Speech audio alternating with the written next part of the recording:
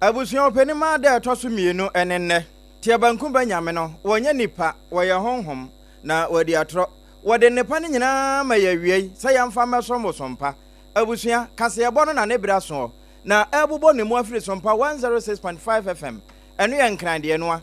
Ba bia wo a wo tie no, eno nso ye SOMPA kura 91 point de ka ho a ye SOMPA no 93.1 ye kumase asantema mu. Ebia na utie ewo 90.7 eye SOMPA eno ye de won kransa no a 98.9 woma wo buna hin kroso nwane nyina won mutie eye SOMPA kro no a ebia na utie wo SOMPA 101.1 ya takwade no a 103.3 eno ye takrade ebia na wo no wo 101.3 still eye SOMPA nemum edoma hin kro na say 106.1 ya ampa eye SOMPA kro na o techiman bono Easter hinkro ana 106.1 eno nso wutie wo mfimfini mantam no eno ye kingdom abusua adamfo pa radio fabi eno ye France abrochima mu makron aboboa no pe eho na wono mo sese bon YouTube no ye ho live SOMPA FM live ana fe Facebook ani munguma no so SOMPA 106.5 FM Accra www.sompaonline.com ensem ni nyina wo hene ba prince ataboaten wabobo de akwakoto ho akwa benya bi na ja watumi akenkan na ye ka ne sei no ma remfi se na maba so na botetie wotwa aso no oduru aso ja midimafo eba center wodi mayen awiei e de time atokase no so saa na oyade nyina wosebra e opoku ase mayira wonyira yade no emfa yare samman ana se ebu akwa agogo wongogo yade nyina wo ya mekan no abusua so okọ na ye malaria ene time heba mixture ene ne capsules no ene afi echecha eno nso kra ye mi booster no eno na ye de be ma wo na agya watumi anonnom na yehune saade a wo nom na ye topaye a wo de nsuo ne be no fa nsu panom kasa natural mineral water back hospital won machi pe wo taifa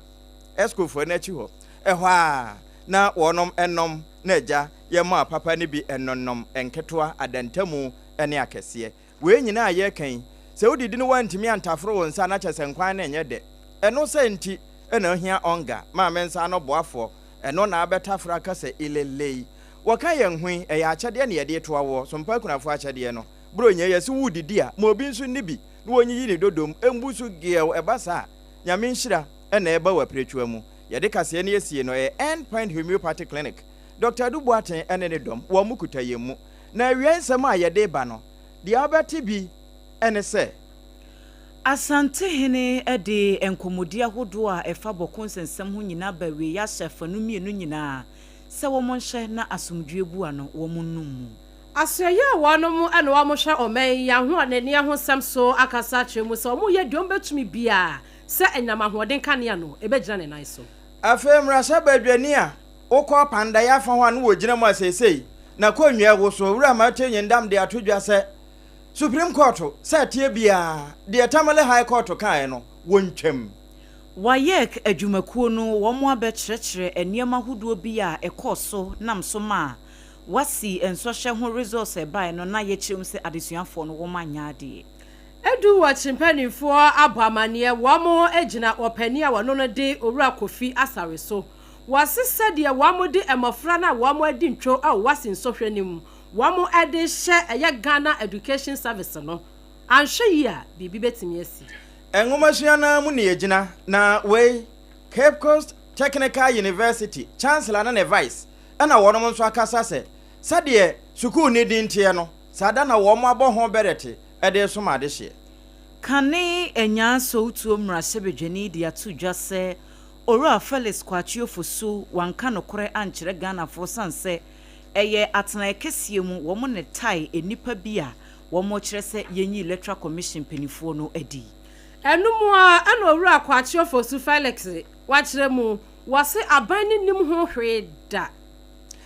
ye wura bayuo nso Titus wase sɛ obi ka sɛ mampani Mahama isi wo bibitia no a nokre bia anim ene afoforo ena awiei amana no de ka ho ye de to a wo sɛ dumienu ka sɛ bo ɛwɔ SOMPA wo hani nsi a kyerɛ ponum wakenkamfo no ye baasa triple A man ajapia APAM DADAA esco miniminu anom ADWOA ASARE ABENA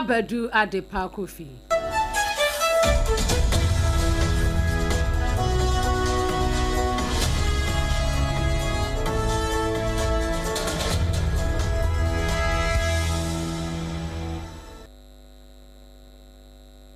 Ebusua afei yenjebre ensam no enchiremu ankasa enie. Asante wura otumfuo osei tutu a wotoso mienu ye kasa yi. Abewe ipuma kwemu amankomodi ahodo a na wodi anim ahya kasa de be yasomdue ebetumi ayi ne ho ewo boko empotem ho no tichu eni ahensam ya apagya emfie bebrenie no ene nkomodi no nyina wo mo de abawieye na enura na nhyiamu no ekoso ewo natena ye kasiemo na ye kyeremu se be don hwiri enum entamu de na afanu no nyina wo matena se wo machitafo ya ebi efri kosase na afema mpurusi wo nyina aba betena se na wo mahye akama somdue atimi ayadwuma na wo hye enkrata ya asante wura wode ba bontia ni chief of staff owura kofi bedu nensa ene hye enkrata yi ase wo se wogina so e de aseda emu odin ama afanu no nyina se woto nsa efra wo no mu kopie mu ewo nhyiamudie no ase no obia ede na adwene eba ya asomdue kwa so ema wo mutimi ka asem no ma ne wo mo hwehwe bia wo nsa eka ye na nhyiamudie no ase no ohene ya wono no na wodi edom anim efri mampurugu atenaye Tarana John Wuni Guruna na eye nipa aduasa member team a womu efri na yiri eye mampurugu hene natenaye wono ne di womanim a womo baaye ena na ba Tambis Balugo wono so efri pusiga ya wodi edom no anim ebegina kosasefo anemu kane mrasebedwani Cletus Avoka ena fe Dr. Isa ya wono so egina mu se kasamafo ema kosase ene mampurusi womo afanu no mienu nyina no wo bia na womo etimiti no ase na asante wura edetu womo animu se adaworo ma womo nhye de be ya asomdue ebetumi aye adwuma no obi abete ne ho ase na wabra wode na no di nsamo ebawieye no wo se wontina ba bi nkokase bia mampurisifo na adi nkunim anase kosasefo na awe na mmom no obi a emfa wodo emodom se de be ya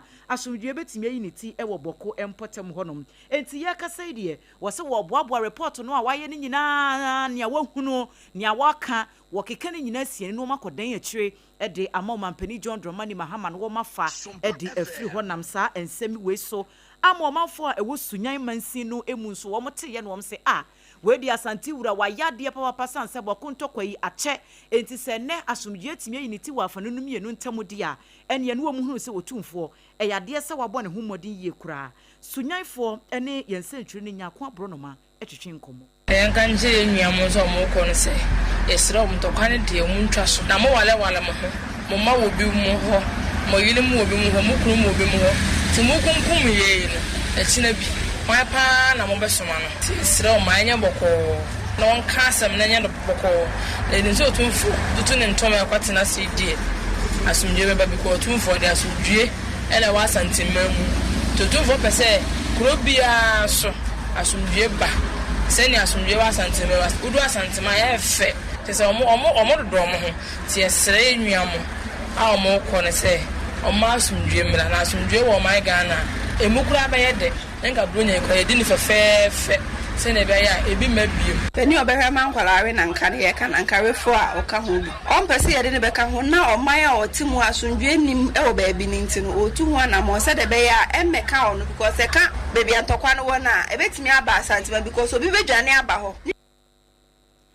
eni ahodo ya yekuti esesie yi eye omanfo bi a ewo sunyan ene ne mpotemu ya wo mo tumfo abaso se wabɔ ne homodi ye pa se wode asomdwe ababoko entem wo ne yensentwe ni nyako abro no masumpa sunyan ene di sankomo yi abusia dwumadie bi kɔ so ye Ghana Energy Awards dwumadie ase na no mu no ana wɔsoani a wono ohye eye omeyi ya ho anede ho nsem so na bedi akire owura Richard Jamesa wakasase eno sese de wonom ede ne magu akwamu no bibia ebekɔ yiye nyankopɔn eya dom na efiti bronya busumi ya ekɔ akosisi ebewura 2026 no obia enka na koma mfanto ne yam wase aban yi ba ye no obeto kapa eba no enyama hoɔden ahye ye hɔ no mu a wɔn beto ka bɛse 3 billion Ghana cedis ana na da ho na so ni nyina mu no wɔn matumi akɔn nkakra etini sɛdeɛ enwumaku ahodo a wɔn mu yiso anyama hoɔden wɔ man mu a wɔn ensono ahyase egu gem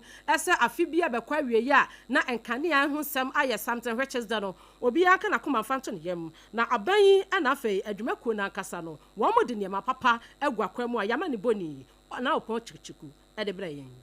this year's theme repositioning the energy sector as a pillar of national development speaks directly to the transformative role energy must play in Ghana's economic future. Our reforms are evident, but let me be clear, we are not out of the woods yet. Not all of the woods, some people turn out of the woods and kept turning around. But we are assuring you that we are heading out of the woods. And with your support, distinguished guests, and your continuous the support of stakeholders, we look forward to be out of it very soon. Openi okasa ye Deputy Minister Edema Energy wanam atenaya womo ehye ahonede ho ensam so Owura Richard John Mensa amaniboyi na no ponchecheku ene de somi abusuan ye ko pandai abato mpesi aso na eho ana na yewura Martin Yindam onna ne enim so ye mrase badwani na momansa na wo ba benya no Owura Daniel Nasara na gbakpa na wono nso ka ho no no gina akini yafem ekowia wo moto aba no na wo mo chese yewura Martin Yindam na adi nkunim timrase badwafie wonne wo ho na wodi ma ade hia ewo pandai ekwowie ye bosumi a yefiri mudu baakwan mu ne da na etoso adunu nan na Tamale High Court ede ni mu aye ba se pani wapa ede asam no kura beda court no na wode beda ye wo mo hwehwemu a wo no maye ni nyina de akwa kosi ni se aba no yenkanguni yensanto no foforo neno na ye wura Martin Yindam so wote ne ho ase a enye esanse emra kwan so kura no se enya to aba ne wie na wo nche wo ho ase a wo nafu anu makoma adunu baako ye wo se wode ehonsam no kura akoma court na we no ye wura ya wakwa wanya ne sa ena no edi deduasam ye nukura yanka ya abro so ansa na wode kokoto eno achi no wo matwetwea ama bra ankamra ne nche ama constitution 1992 de no ena afa PNDC law no 284 chese atrakura enti one day kan se Supreme Court ne o man court kese wonya kasa pe ayemra ma won tenatena ho ma High Court Tamale de no emekeka we na ebewie na ampara ni nuane ampa ne yakwa akoto aba no eba ne saa na ama wonuma edi asamate ne adwuma ko ni titru ene Supreme Court no na adwuma kura ayeketoa ewo nipa ni so eba ne saa nso agidi a adasawo ede ma wonom no enya de a ebetimi agina enti we ne kansere won ma edi animu kro no gari ni makoma afo wono ena edi yewura Yindam anim ya won de asam na akwa Supreme Court na ne nyina echi no Supreme Court nso hwe animu se nyame de che ya bosomi ne de toso dadu nensia sada no benada nya de a wo mo kobobna wo mo kwa akotena se na fe ensam no wo ma twetwe ne so wi anam ahunu ba bia boto no ano dankasa ya wo mo de kurawa no ebehye Yetwaso ewo ensemfoforo emu na panyini ya wakasa ema West African Examination Council eye wayek edwumakuo no eye Owura John Kapi wabechechre niema huduo bi mu se enam adesuafo no wo mmere yew ne biaye bia wo mto sin ewo adesuamu ne nam so ema afimpinu ne edurunum wasin so hwe ho sunsuanso beto dwa ababe piemu ese ne tichu commerce ne social studies no eyade se adesuafo dodo no a wo mo amom ho moden ewo subject mienu no emu na ne nchiremu a wode ebaaye no wo se wo hye se between A1 ne C6 passes no a wo mo nya ye ne ye kakra bi de aka ne nyina ye E8 ne F9 enti eyade bi a na ehadwene se wode toto afimpi no ene aduonu nan de ne dia na kyese ensonso ye no eyade se esun ye pa na wo kiremu se ne yedi kan adesuafo no dodo ho no a wo mo nsua de school no wo mo kwa no aso wo na mu keke social media so na de bia wo mote enti sa adesuani ne kurate school den mu a teacher ni ne kira de no na adwene wo picture bi a watwa wo pen temama lesson na kwa wie ye no wa be posti atro captions akese e wase wuye no so edi free ho no mu a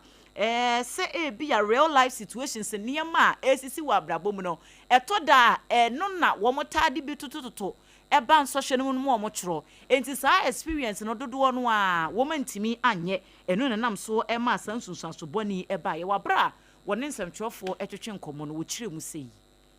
Looking at the chief examiner's report that I have in front of me, I just want to stress the weaknesses of the candidates as was observed by the chief examiners. They indicated that the candidates showed weaknesses in the following. 1. Representing mathematical information in a diagram. 2. solving global mathematics-related problems. 3. Constructing cumulative frequency table from given data distribution. 4. Making deductions from real-life problems. 5. Solving application problems in simple interest. 6. Translating word problems into mathematical expressions. And 7. Interpreting of results from cumulative frequency curve. So these are areas that the chief examiners have observed weaknesses in candidates' performance. Obviously, these are not topics that are outside the syllabus. Ene ya yekutie sesie yi eye de odaman sign kita hudie ano Emma West African Examination Council Ora John Kapi. Yada switch remu awasa ensamna emona Executive Director Edema Africa Education Watch. Openino aye Ora Kofi Asare wakasa chemu se ena no wo hu video bi e wantintan fidie no so a na Dr. Osaya Wadutwum watchre ensemu se enkwada no fedi a wane mu afedie no na duduo na ebegina eye aban adwumaku a wanom ehwe enwomesua ho ensem so omayim Ghana Education Service enumu ana edu wachefo mpanifo ekasa chiremu se enya no korada wase enkwada ne feri na wo mo aferi no samo anhwe na mo ampa ne pomasi bra papa na we ekwa akwaprato we so we de kwaya amanyo asem a afi bia ye behu ni sei a wone sompa kase akasa. It's unfortunate that, as usual, it has been politicized. Similar issues were raised in 2019-2020, and I remember the watch issuing statements advising the politicians not to bring their policy results. Unfortunately, it's convenient to do politics and make capital out of it, as if there's any capital at all to be made. And whenever that happens, it clouds the real issues that citizens should appreciate. But it is important that the Ghana Education Service and stakeholders that have key roles in ensuring that the lessons supposed to be learned are learned and interventions supposed to be deployed to improve the status quo are done without being distracted into the politics. Openi kanche fwa wanu ada Africa Education Watch edu weche jumeko no ano Ora Kofi Asare ensam eni. Ene nguma suamo ani ejina na we medo ko Cape Coast Technical University. One mo vice chancellor Professor Kwaku Adutwum na wakasa ewo bra na yetu shiregu asuafo no bi so ama wo makwa abonte akwa ye adwuma. Na wo chese mfinhia be de wo honi sade Cape Coast Technical University no wote wo mudin technical na ete no engineer for wo mo tete won wo mo asabi wotime de won saso bibim edada so ma ebe ya de foforo kura de ma oman no titru abefo ntentan video susu ehunu ene ne ekeka ho de efra na ICT ni nyina won mo ye ho adwuma enu achi baabi a won be ye hwehwemu mapa na ade bi ehunta won betimi ehunu atwe asaba ama ade hye hu se ne pasei ehunta ye nhuniye ni nyina so won mo de akeka ho enti won mo nya nsore kura enti we na ye won mo 40th anniversary se adwa bonase na Professor Kwaku Adutwum o kan sa asemi. Over the past 4 decades, Chairman, we have introduced competency-based training approaches, established strong partnerships with industry players for practical learning. In addition, we have expanded facilities, including workshops, ICT laboratories, and simulation centers. We have strengthened research output in engineering, applied sciences, business, and renewable energy. We have fostered innovative thinking among students through soft skills and incubation programs, as well as strengthened industrial attachment programs and entrepreneurial contests. We have also prioritized staff development and capacity building for academic excellence. These achievements reflect our commitment to quality and relevance in technical education. Wano anaye penin kwanchirafo abadi achira wada Cape Coast Technical University nanwo Professor Kwaku Adutwum na wie ya ana Chancellor nankasa Dr. James Kondua Orleans Lindsay wono nso kasa na obeche se no kwasamuni wo mani abresa beye na wo betumi atretre wakwaba mu na fe wo mo efire chirichiri banzo benya baabi adeda na wo mo asua de ama won ho atọ won ne sa hunti wo mo awie ho pen afi wo mo nso a edo Cape Coast Technical University enommoa sade beye na botai wode asi wani so yi Alumni, friends, and other sympathizers would raise £250 million for a hostel project to support the university. I suggest that we should contribute, we should help, we should leave a legacy. So we therefore call upon all stakeholders, especially our cherished alumni and special guests gathered here, to join in realizing this noble vision. Your support financial, material, or technical, will stand as a lasting legacy for generations of CCTU students yet to come. And no, Chancellor Nankasa, Dr. James Kondria Nate say, Wakasa no. Yet was so na kanemra sebejani anu ogire mu di mo manfo we nya so tu ma batom peswa so Dr. Dixon Adoma Kukisi na wakasa ya watoto bi ede amane mampani atena yese wo mo ababeka se enipa edubi ede adesrede abeto wo manimu se wo mo enhwe special prosecutor Rakisi Jaben afei abato commissioner Dwamtirani eni na bede akire ahodo mienu yenyi wo mu nyina edi wo se we no krade anua bi en wo mu tu egu Ghana fu ani ai sanse sa petitions edu no wo so omanya no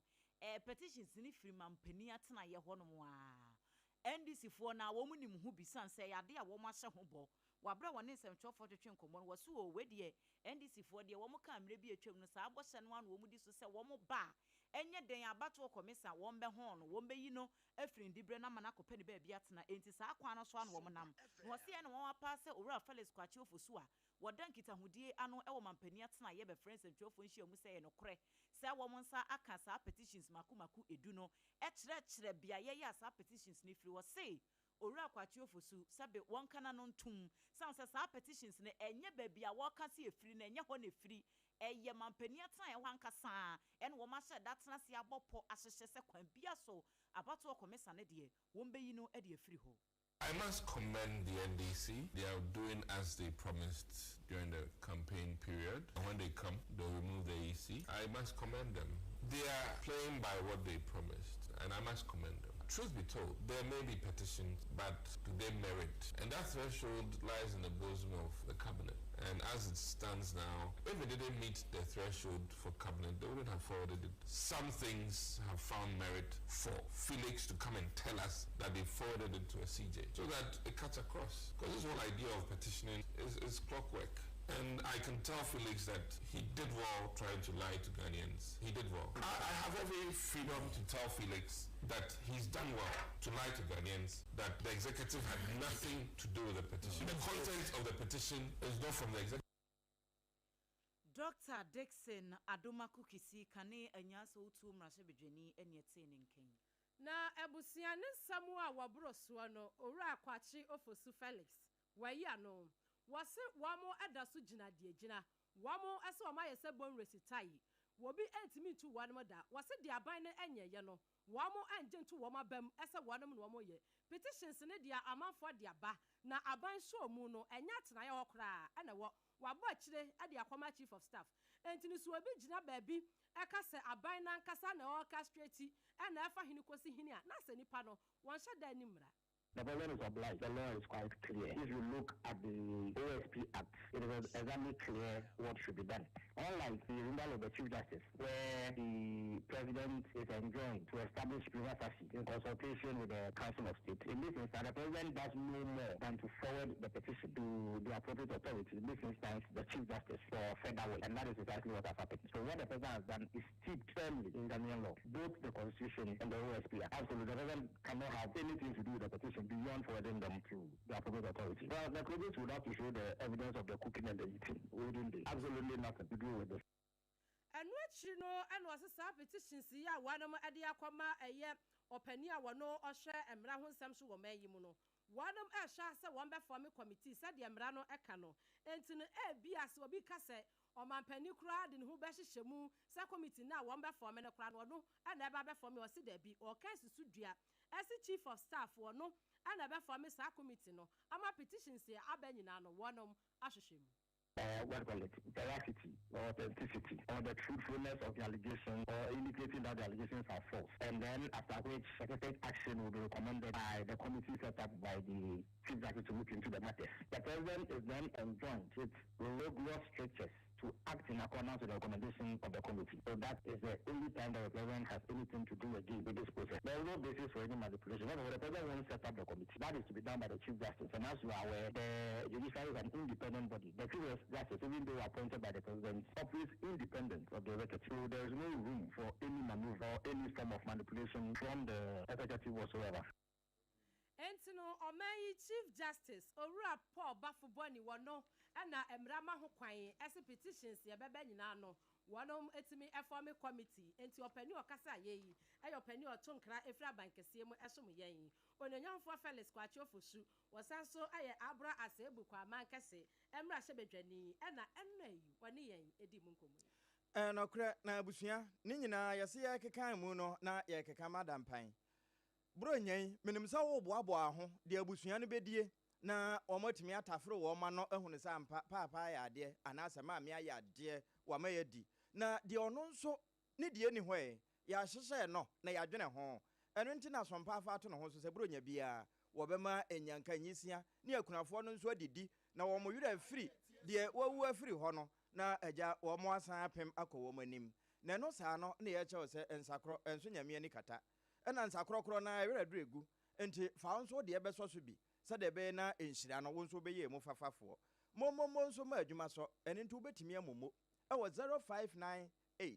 559802 0598 559802 kitwa bia nsha ena ma baifo wo fa so no wa wi akoramo no eno sa no wo nhyira ye bocho edin ebeba Blessed Foster anasa Cherewa Media senye no a mese kate no na sa sha ase foforo na ni nyina nkanfu ano wo ye ne sa nyame nso di ma wo wodi ma wa yade ma wa pretuam na kampese akawonto madan eno se hunti midimafo eba center ya Dr. Tam da so da no se wo wasantemu mu no na afa bra no wongogo yade na ma wo e wa abu akwa agogo se de yare atie bia wo begya ma yaresa afi wo ma won kran e wa pue mantamu emfimfini ne na afa mu nyina so mra pokua se mayira eho na aduru a wo yare ne yira na wode ayaresa ma wo 0244 774 282 na homa no ewie wo mo kan yen ho ene wode time ato yen so a yede kase no ebrewo na abato komisa ya sesei nipa be se edubia nya adaje atworo krata de akoma mampanin se na dwuma a wo hwo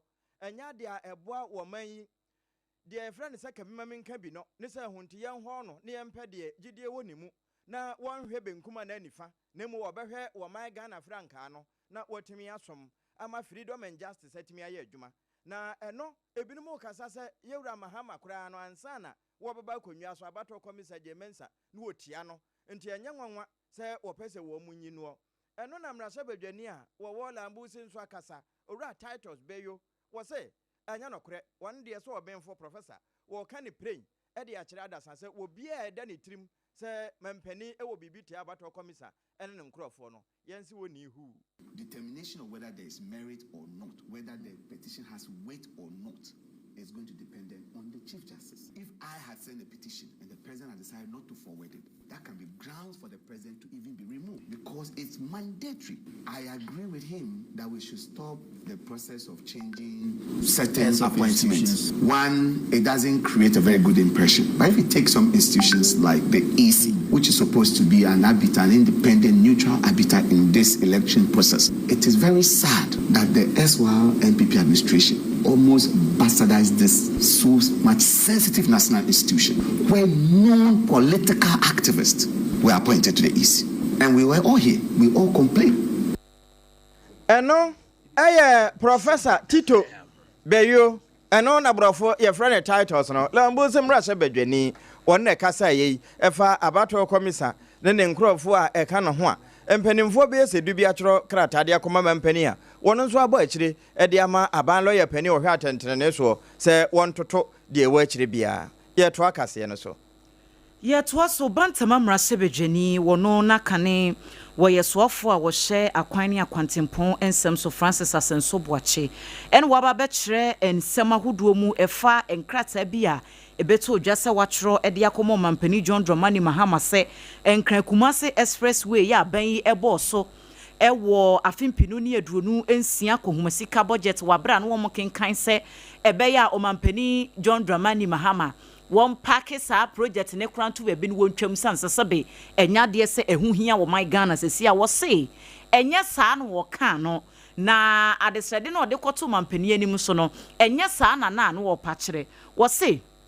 eniema hodo bi wo sa project na wo mo boss no mo hu sesebe wo mbetimi aye na chire wo mo nye de ehia ansa ya ye de fata sesi a enkra kumase kwan ye da ho ekura no aban ne nya nwie hu dualization ya wo mo ya project no afa na duru be o ha mu nchichemu aduosia enum 65%. Enti adenti na aban no focus no enko sa kwan no so na dualization wo mo nye ne ntam na ni akwanhia hodo a esisi wo enkra kumase kwantimpoito no wo mbepe ho asem ansa na wo mbedwene expressway hu a wo makwakoye hu adwuma woyie no so edisi nchen ya ehu sikasem enkratasem won pese project ni emuda ho fan enti sanema no na no wo hwehwe enti ye na won mapase Dr. Kasela to force ko gina mra hyebedwam etutu bi ma ne se eho MP ya wo no kro no akwa na baton peso nso wo sa akwan na so etimi be kan sem bi a etisa. The second point that I raised was about the fact that they were going to abandon the existing highway. For a long time, since President Kufuor era, I stated it in the letter that there has been significant work towards providing a highway from Accra to Kumasi. During President Kufuor's time, we undertook major interventions from Circle in Accra to Taifa, the bypasses at Nkoko and in Sarom, and Nkoko Apega Highway, then also the highway between Fumesa and K University in Kumasi. It was for President Mills and President Mohammed's administration to continue. They did not. And President Akufo-Addo came and revived it and continued the project. I implore the government to make sure that this time they continue that project. Ene ya yukuti esesie yi eye bantama mrase bejeni Owura Francis Asenso Boachi. Ebusia said the Ghana Health Service wanom edekrata aba ebo amane se opanima abusumi ya yewomi yamu aboa ye ho na yenhia hamatan kwan yanya no awa etu wanom ekrata mu opani a wono oye acting director de ma eye Ghana Health Service adwumako no eye Dr. Samuel Kaba Akuruyira ena wakasa yi na nenkasa ye mu no oyegu enkrata so ena wo sei wanom hwehwemu a wo mo eye ewiem paade hunufo wo ma hu se busumi di ajai hamatai no ebeba pa na ba ebeba no enam so ama ye skin no ebeye dry esanse emframa na ebefa no emu awo na dry na ebeye nti no ebema ye ho ebepapai nti aya na yahwe ye ho eye ebio sede iwu kase ni nesukom ede no wanum ewo esanse wo mu ese fluids ni nyina no eheda ennanam wiemu sa nti bibia ebeye dry enframa bebo nyina eye dry winds nti no eno yenhya ne nsom ebio sede enframa no ebo na emfuturo ebefam nkakra nti mu amu wo emfutukwan so ene bia manta mo opra ofie na emfuturo ho a na wahwe de wo beyi a ema emfuturo ni nwura mu enya samfuturo no ekono na umu so eye dry no na ekoda wahrawa ho na unya yade wahrawa ho nti yenhwe ne yie afen so enframa ebebe nyina no na se emu ya dry no efo wani so ani no wani so ahyase ehyehew na wo posa wani nti wo mo ebo ho ekoko de akyerete memofo wo mo se yade bi di African meningitis wanu mu kire mu se yade we ha adwene pa se hamatan ye pe no esi saa na aya na etai enya adehye pa enti yenhwe na yenhwe no so na omo se de ye beye nie nyakopon ya dom na usode anopa na hu semframa efa nyina se efa ho emu ye dryer na ewura mu ubetumi abowa ekọ wani ubaposa wani afei eye ni na sukwam edew upia anopa na owo no smart bi afa bo hwene wonu obia ani asem ebio nso ayawa mansuo abel entena ho emesukom enne wansa ansa no wanu nsuo wo mo se yense pisi pinsuo no enkakra na emwa yen se de be ya yenye dehydrated ema enkofa asem foforo enfamba ebio nso emofra wanu mutade dware nsuo mu no munyai ni mpremprenya se de be ya enkofa sa meningitis yi enfamba eme no so eme ya asem foforo na wanu mu kire mu se yentani nuane a nsuo wom te se anka watermelon ene de kekeka ho na moa ye body no ema ye body no se enka be ya dry no entimi enti ye ho emfiri ho Ghana Health Service adwumakoi ekire mu se ne wo ma kan nyina no wo mo ekache Ghana de hye se wo mo nso ewo bia ye bia wo behu se eye clinic keketoa hospital bia na se hamatan mu bibi nkoyie unti bibia se abowura ho na wonom nso emfa wo education kakra ana wo tips kakra wo ewo ma no wo famoa na ni nyina no so bibia entumi enkoyie akratai efi wonom akache aba Ene ebanesa wose wapomoden ene ye dadwene your health is our consent basa Bok hospital hwa unye wura hope na chi ho ensu papa no ehona wono moyo no efre ne kasa natural mineral water no nombi wo sepo eno a ende se tie bia ya dada so ayi fi bia efrim na nkeka wa kora nka ho wo nom no ebemo wa hoden foforo enti ayiwo adwabo ahodo nyina ase ene e kanfo de mamo sa na offices nso betimi afa bi de asisi otitru ene wo madaba no de friend dispenser no eno opehyehe onya openyunyunu nso a wonya na onya bi si fie de a ene wawi asem no nyina enti ka ho na kopebi wo kan ho ne de kase no ebrewo ebi pensu ebi penkwan na penkwan a wo nkwan no ma enya de bra onga ka ho ende eboa ma amensa ema etimi ye de pa FDA se eye yemfa ne sebrato enti wode ne setampu kutu no asisu se bam se eno ene obi amfa ne nedwuma eno na bochi de toto chinchinka no na wo mo a eye tilapia no so ene ye de garnish no na emunso na ye de ebia na wo de we bia mekan no ede wanum kura etese de besende wanum wo wonti ne ye ene ye wonti apo uhia time herbal mixture wanum na ato no ebebo ma wanum atoso watimi adidi abowe de ma ewia time echechi no no apɛ no nso aka ho ye immune booster ebebo akora wiye ama yade bia emma wo nchen 0244 417669 eno ye wo ma homa ena time ne ye TI emuyi ye to akase no so na ye wura pobodin mu ho a asantima mu ne ye kɔ Kumasi South Hospital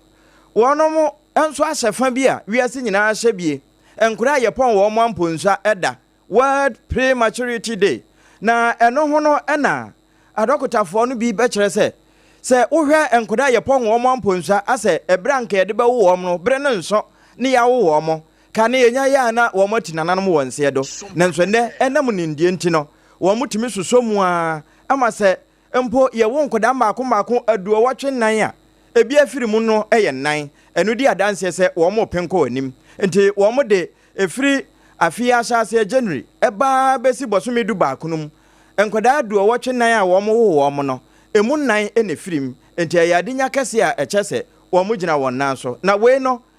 Mama Josephine was a tonto when you nata specialist one ma hwe nkwada no na wakasa sei hwa fi afi ene besi nei no ye nya nkura o me pretend be se adwotwe be nan enso me daroma o mu nyina etiase emu be enan enna so mana so mentimi enye o mon kwan fans na se o maka nyina nam enema ketekese ye mo ne modin ba ye yenti na me daroma o mu nyina eti education na kwa nimu ama nipa so atenya bebrebe yase yese no nchechire de ma o mo se wo akora oye preterm se na wo se wo bo no ho ba se na wo se wo sikura akwa na didie mu ye ne ya akasa awofo no se na ebeze bi akwa ye ho ye nsa hohuru ansa ne aso nkora ni mu ene se nkwa na didie mu because omadi didie se ne normal baby siti omo no fusuo ne wo mene de ma omo afen se e do mo hye o ma me no eyemu a e ma omo e ka omo ho hye me omo fo ma ho odin nyina empre e hyew eno eye nurse pani a wo hwe mofra neonatal nurse ewo Kumasi South Hospital na ewie ne midwife de oje ema na wo no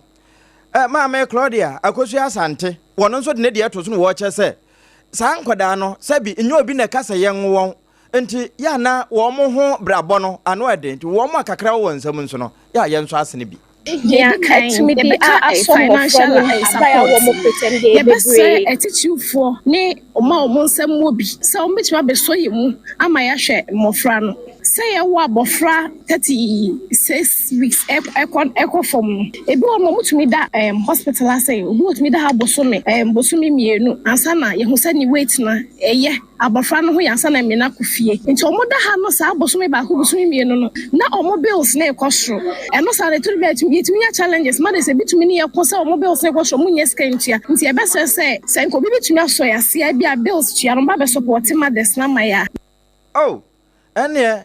obi anu ho chiri for asempa kodo we Mama Claudia akosu asante ene kasa ye wa asante mantem Ebeneze usu ansa ene nam nsa so yensa kan ansemi na yeda so gina pomdin ensemu Ghana Ace Commission ne nkrabata ye wa hafo no Southwest mensinu emu asante mantem hono a ena yeda so egirin ene wo mu kiremu se HIV ene ne AC yade no a sese atiate se ewo man mu no yemfa sobo no nyina emmo se bia brabofo tantan a emabunu dodo no a wo mde wo ho ehyem na owura Mengistu Opoku Akowua wono ena edi ace commissioner treno anim ewa Hafano Southwest Mensin no emu wo se ne ye yakrapo ne se cases no ampempi ya na eba wo manim no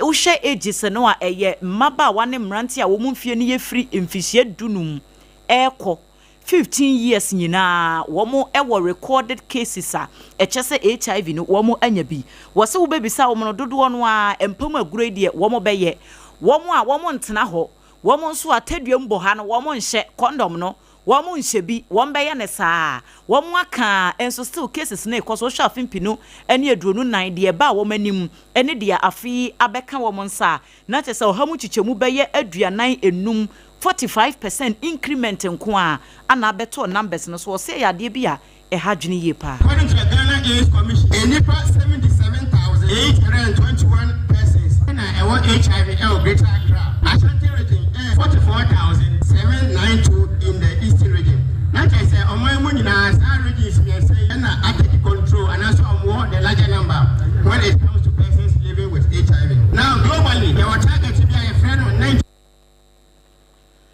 Ene ya yekotie yeyi eyora Mengistu Opoku Akowua ukọ Hafano Southwest Mensinu emu a wono enedi ace commission no anim na no si ye ena owura yere Mary Asare ya ukọ mankranso aban aya sabia wono so eba edapomden no ano ewo honom edi ofre koma health workers nyina se adawurumasi obi eba ya sabia wono wo yade no ebia womunya ise womo hwehwehwehwe nipa no twetwe nipa no ebu okra wotimi kwa bonten kokase ena no asumasi be ye test wa ha wo ba ye no na HIV yade no wo bi ntie ya wone ne san a no ahwe huye wo sesa ade no a health workers ni bi ye no hadwene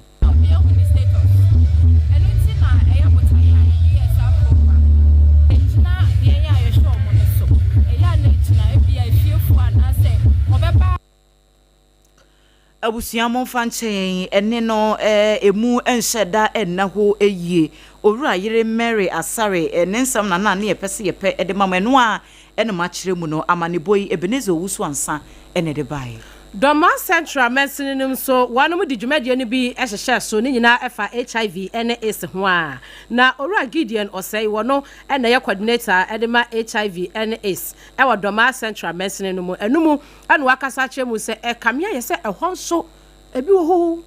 Afibia no December 1st bia no wiase nyina yesu onma ye de kai timamfo se HIV AIDS yare no eda so honom ba Ghana nyina mono region ye na ye di nkan e na oba mono region so ye Doma is Doma Central to so miensa na cheso mbe hia pa se ye bebo ho dawru o he anadwumade no school for na aba kese pa so mo ne ye daache nti se dika bo dawru no mo te ase no mu kwan ye fa so boy ho ban a ebeboa na me fa kwanya so na mada municipal assembly ye honorable MC honorable Doma and then impanyfo ase esa adwumadi health no si enan so na enam se ye ni resources nti ni and we are this the first of its kind assembly so yase a ye di dwumadi na wo hwe nipa o maba na eso nipa eno achi no so no yese kwan ye be fa so ye be boy ho ban pa ne se obehu status a akwanya ho no so ye negative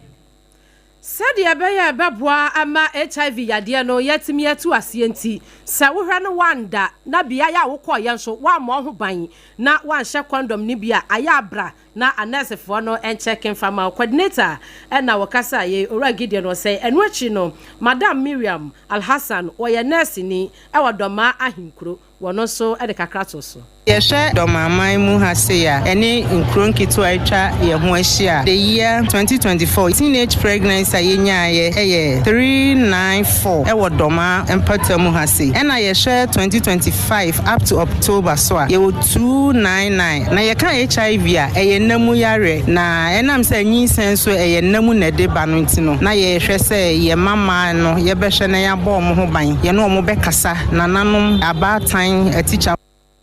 said ya beya ya mofra no esanse wanum kiremu se wo mo aya mpempi no wo mo titi HIV any ACB eye teenagers ya ena ebi ampanimfo kakra bi na o maba befrem Madam Mariam Alhassan upiemo ewa Doma ahinkuro aya sabia ho a RCH no wono enetua wonma no amani boy kwaku mesa abrampa ene de so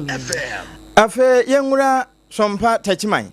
na ehɔ na tachiman no broncham twin de duakwa mayor da wɔ no ma no honorable ajemensa na wɔno nso aka sɛ kyerɛ contractor for sɛ ade bi ha no contractor de ama wɔn wɔ tachiman ya kwan a wɔn nnyo no wɔn atwa sensen ada sɛ wɔn san kan sika nti wɔn retwa sika ansa wɔn matoa so ɛna watete bi ama wɔn sɛ ɛba ne saa ɛmmoa wɔ man empuntuo ɛne ne nkyekyereɛ na saa nsɛmi no yɛn nsa ntwerɛfo a wɔ sompa tachiman 106.1 ɛna de som yɛn I patches of potholes. The best tachiman my amount for almost Casabu, but contractors are my say, Juman, say, or Momra site, no Momay, Juman, Emma, Amantima, Mufoy, or Momon. Now, more payments, no more than one. Ejia or Buccio Moka. Was one said Juman Wintin, Wa Bepiga one sack. Na yɛn fa mo different contractors o ma yɛ ready o mo pa ɛno ɛyɛ sompa tachiman studios na ɔna bɔ kɔtena yi wɔne ɔbaapa afe sɔfo Philip mo sɔfo maame otutu atuo mu no wɔn mu nyina wɔ hɔ na systematic press wɔ press ewie wɔ amana nso no wɔkyɛ sɛ wo de wɔn mo nka wɔ komanto yam na bɔsome ɛnwɔtwe ntem no ɛnɛma bɛsesa ne sɛ ana ne make kan sɛ babia sika obia babia ye kokosre a ye benya bibia ye be kwa kokosre na dia ba be ye akwan e wo chichiman e mo chichiman afana ntuma so far ya the proposals be echo nyame chade e ye chichiman dwamu die no a ye yi bi ke se dia across atweda na ye di alinki su universities eno eye tachiman mayo Honorable Ajemensa ene kasa yi Sompa 106.1 FM wane wabapa kechiri ene domono na ni nyina echi na abusua kase na ansa na yedi besie no kai hu ne se nam endpoint homeopathic clinic so ene yedi kase no besi di amawo ne no yare bi a hyehye ho be ma wo prostate ho hawo fakodan wo mo na yente ne temfa ma wo na anwo ko ho na kodi badudwan we ya make shell signboard enkran spenters kwa no so wonsa beka won ena fa santima mu so krono abohia ehon so wormo ho abo adwuma so no ka ho na ye kidney he hawo brebo ana premature ejaculation eno ne ade amempesa metidin kura na ye bebo bi ato be ma so esanse be ma de se utimi si adua setekukọ na utimi mmo esanse ugina ma nyina na mu na betimi abom sa endpoint ya 0274 234321 wo ma homa wada amanti ye na ye hutia wamra ye ba ye de kase no e ba wiye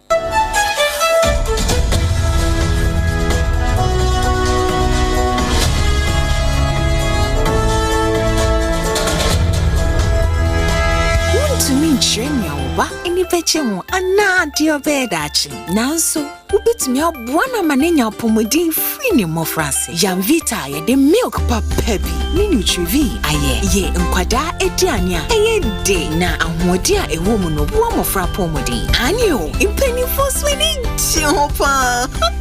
mawobano apomodin free ni mofrase Yamvita gumo do bebre Yamvita, a delicious way to grow. FDA agi ejedi yinkrato yatum. Endpoint Homeopathic Clinic. Ghana had the obi enim sesa ye prostate. Na baby omutibi ye screening ema huni ye etu asia. Na eye Endpoint Homeopathic Clinic. Anase eye kidney, eye liver problem. Wofa baby ena ajujuo. Na the friend premature ejaculation no a. Be maybe a wone wodofo akwakwehia. Asa wo di ne ho agro. Asa wo tonte. Ene ebra Endpoint Homeopathic Clinic. Na ye moa. Ema ne mema mo pa wo. Eye Endpoint Homeopathic Clinic. Womu demufua. Yare bia infections bi ne wo ho. Anase bia wo hwa wofa baby na ajujuo. Kidney problem, prostate die. Eye Endpoint Homeopathic Clinic. Kuma se ubehu Endpoint Homeopathic Clinic. Ewo kronoma boy here. Ena Accra hanso so die. Womu ginemu ankasa. Ewo Spinters baby friend share signboard no. Hudru na ubusasa wo pe Endpoint Homeopathic Clinic. Obia ebechro. For Endpoint ewo 0244 867068 and 0274234 321 Endpoint Homeopathy Clinic. Ewra, me pacho bra na me hwa de wo bag yi. Bra, aden, enen so biem. Hey, time heba me hwa ya me ka se yi ba kwin. Ani wayi me ensen. Bra, sanya time heba me hwa esia gyimi ni me fiefo enya de abako ebeso yen. We de udi se ofa ni nyina. Time heba me hwa me ka se me di one dance ya heaven ena de me kwa akopie. Enti se malaria we draw ne time heba mixture. Enye enunku o, de nanum ato a wontimi ani die no. Time heba mixture duro no ena ye ma wo. Oba a wafa afuro de o ma akwada nofo. Ene akwada woni mfie dumienu entimi num aduro yi bi. Se obeto aduro yi bi anoma, hwe se wakọ hospital anase lab am ye hu se wo atridie malaria yi bi ansa. Se o petam heba mixture enu dudu atu a, fo ani kire KNG Herbal Center ewo Emrom Abidjan House. Ana ba ko so wo atonsu Monaco Junction. Eno echi ubenya bi atowo over the counter medicine sellers. Any herbal shop dodo na emu. Fre 0244 417669. Kayo, set time no TIME. Time heba mixture. Afi malaria fever bi adani ziba ewo munu be tuako. FDA aji ejodi nkratu yi atu. Tontonte. Yenum nsane efa adwen. Ne efa adwen ampa. Say na nanu nim se bre bi beba ama tonti na 74 opa ye ne simple. T74 abeye adru. Tonti na 74 ana T74 asa twe ya dwene esina nanom dodo so. Se de na dodo bua ma na nanom enyare basabasa no saa na tonti na 74 ana T74 ebu nipadua no. Ema immune support eti obi onum bie no abre bia ne ho den. Tonti na 74 yi nso ya ye no se nsuo krokro wa kama enti ba bia wonam bia obetimi de wade akọ. Samene wa anka fi na kroi eda no nko na wie ye wa bra mennom T74. Se mennom tonti na 74 menya hoɔden mennom ne da bia. T74 yi eye hahama ene ye de aye na DHC ena aframa na ye kama saa no. T74 ahoɔden ni apomuden ko a. Wokɔ pharmacy ana ba bia to nro bia ubenya tonti na 74 yi bia to. T74 yi enye ma oba wa fa afuro ana obi a ɔma nufoɔ ana se obi a onya mfie dumienu. Eto phone frɛ 050-162-8931 and 0246-073-498. FDA agi adwadie nkratoe yi atom.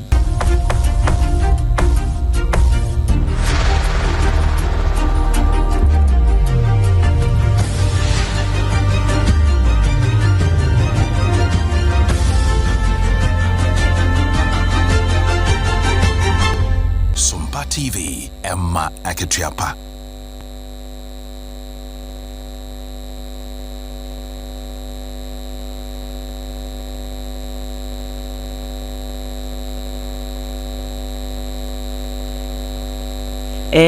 Wo challenge aban gina ye bi a wasie wo court se sesi ano ko Australia man ni mu a wo mo pese wo mo bra se wo ni mfihia edunsia ekwa enya de se ubetimi enya access wo internet so se ye bane o TikTok, Instagram, Snapchat ni nieme bi a etisa se de be ya enkoda wo Australia man no emu no wo muntumi enye exposed emma content ne niema hodo bi asabe ensem fata ekoso wo social media ahodo no eso na Noah Jones wo no edimfihia edunum wo ye abamu a ya ye kasa abamu ano epese wo challenge saa emra no a aban no asinti wo de aban no akogina mu ewo asemdibia na nasem a woka nyina ene se social media teenagers na nwan wo mde gigi wo mani o ewo mu se aban no gina ye no eye de na mom se wo mo bra TikTok bra wo mo se wo mo ntumi enko abefo nkrato bia so nkoye de wo mo pa ene wo mo teenagers no so wan hwe ya wo mbekwa kwhye ba bia pe